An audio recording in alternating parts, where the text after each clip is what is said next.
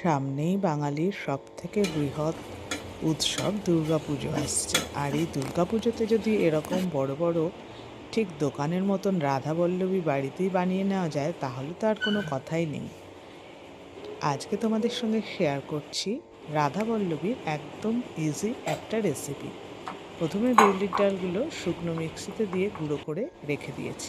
একটা ভাজা মশলা বানিয়ে নিচ্ছি, তার জন্য জোয়ান, মৌরি আর জিরে শুকনো খোলায় ভেজে গুঁড়ো করে রেখে দিয়েছি। ময়দাটা মাখার জন্য ময়দার মধ্যে 2 চামচ বিউলির ডালের গুঁড়ো, আদা বাটা আর ভাজা মশলাটা দিয়ে দিয়েছি। তারপরে নুন, চিনি, সাদা তেল আর পরিমাণ মতন জল দিয়ে মেখে সাইডে রেখে দিয়েছি।